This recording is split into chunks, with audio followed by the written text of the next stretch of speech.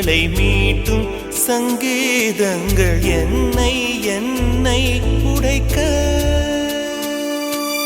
கண்களை திறந்து கொண்டு நான் கனவுகள் காணுகிறேன்.